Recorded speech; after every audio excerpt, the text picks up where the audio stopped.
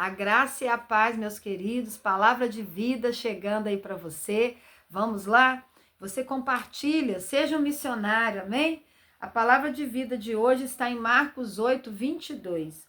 Então chegaram a Betsaida e lhe trouxeram um cego, rogando-lhe que o tocasse.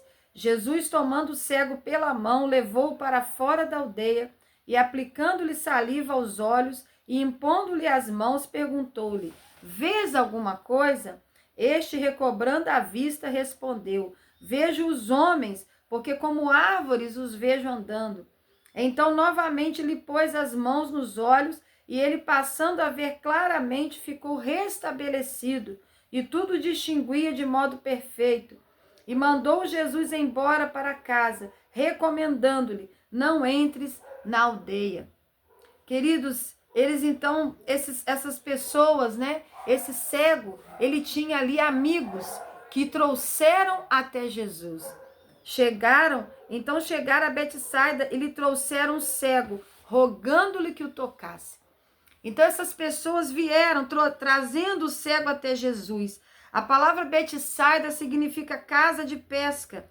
Era uma cidade de Pedro, de André, de Filipe, ao norte do mar da Galileia.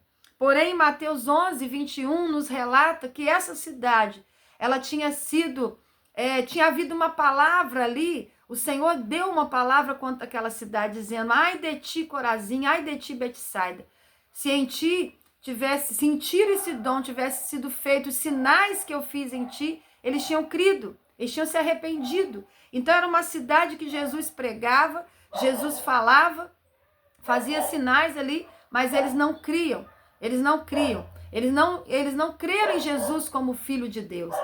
E aí aqueles amigos trouxeram o cego até Jesus no caminho. Pessoas então que trouxeram a fé dessas pessoas, o levaram até Jesus. Irmãos, como é importante nós atentarmos com quem andamos. É muito importante. Lembra lá em Cafarnaum, os 4 amigos do paralítico trouxeram aquele paralítico e desceram, né, pelo telhado até a presença de Jesus. Quando nós andamos com pessoas que crê no Senhor Jesus, que nos amam, essas pessoas nos levam até Jesus quando a nossa força acaba. Quando nós não temos condições de chegar até Jesus, essas pessoas nos levam até Jesus. E Jesus, então, Jesus conduziu o cego pela sua mão para fora da aldeia. Olha que interessante. Jesus, tomando pela mão, levou para fora da aldeia, porque aquela aldeia de Betsaida era um lugar que não cria no Senhor, não havia fé ali. Então Jesus o tira daquele ambiente e vai para fora. E ali diz que Jesus colocou saliva, né? Cuspiu na original grego diz que ele cuspiu nos dedos e botou saliva nos olhos daquele homem. Porque Jesus, né? Ele é poder, ele é o próprio Deus, ele é amor. Tudo nele é poderoso, tudo nele é amor. Então ele vai cuspir nos olhos como um remédio. Colocou sobre os olhos daquele homem e perguntou se ele via alguma coisa. Então, no original grego diz que ele várias vezes perguntou: você está vendo agora? Você já está vendo? Já está melhor? Ele vai ali conversando com carinho com aquele homem. E no primeiro toque, né? O primeiro toque de Jesus nele, ou na primeira unção, como disse o bispo Anderson Caleb, né? A primeira unção, ele, ao levantar os olhos, disse: eu vejo pessoas, mas elas se parecem com árvores caminhando, né? Algumas versões dizem: eu vejo homens, já que os vejo como árvores andando. Vejo como árvores que andam. Ali era uma visão ainda, irmãos, em processo. Às vezes nós queremos, assim, pedir algo a Deus e falar: Senhor, me cura agora, faça agora, o Senhor tem que fazer agora. Algumas pessoas foram curadas imediatamente, mas nesse caso, ele foi em processo. Houve o primeiro toque, depois houve o segundo toque, né? Como a primeira unção e a segunda unção. Meus queridos, na nossa vida, ninguém é igual a ninguém, nós somos únicos. E a maneira do Senhor tratar em nós, tratar conosco, é em processo. Porque o organismo de cada um é diferente. Então o Senhor, ele trabalha de maneira poderosa, né? Ele trabalha de maneira tremenda. Eu me lembro da passagem bíblica que fala dos 10 leprosos. O Senhor disse, olha, vocês podem ir e no caminho, vai lá se mostrar ao sacerdote. E no caminho eles foram curados. Outros eram curados imediatamente. Ser limpo. E a pessoa era limpa. Então depende de cada pessoa, de cada processo. Mas nós temos que estar diante de Jesus. Não importa se é hoje, amanhã ou daqui a um tempo. O importante é estarmos com Jesus. É perseverarmos na fé nele. Porque ele opera. Então a visão ali estava em processo de cura. A visão dele estava turva. Ele estava vendo, já começou a ver, mas ele via as pessoas movendo como árvores, né? Movendo como árvores balançando. Ele não tinha uma noção em detalhes ainda.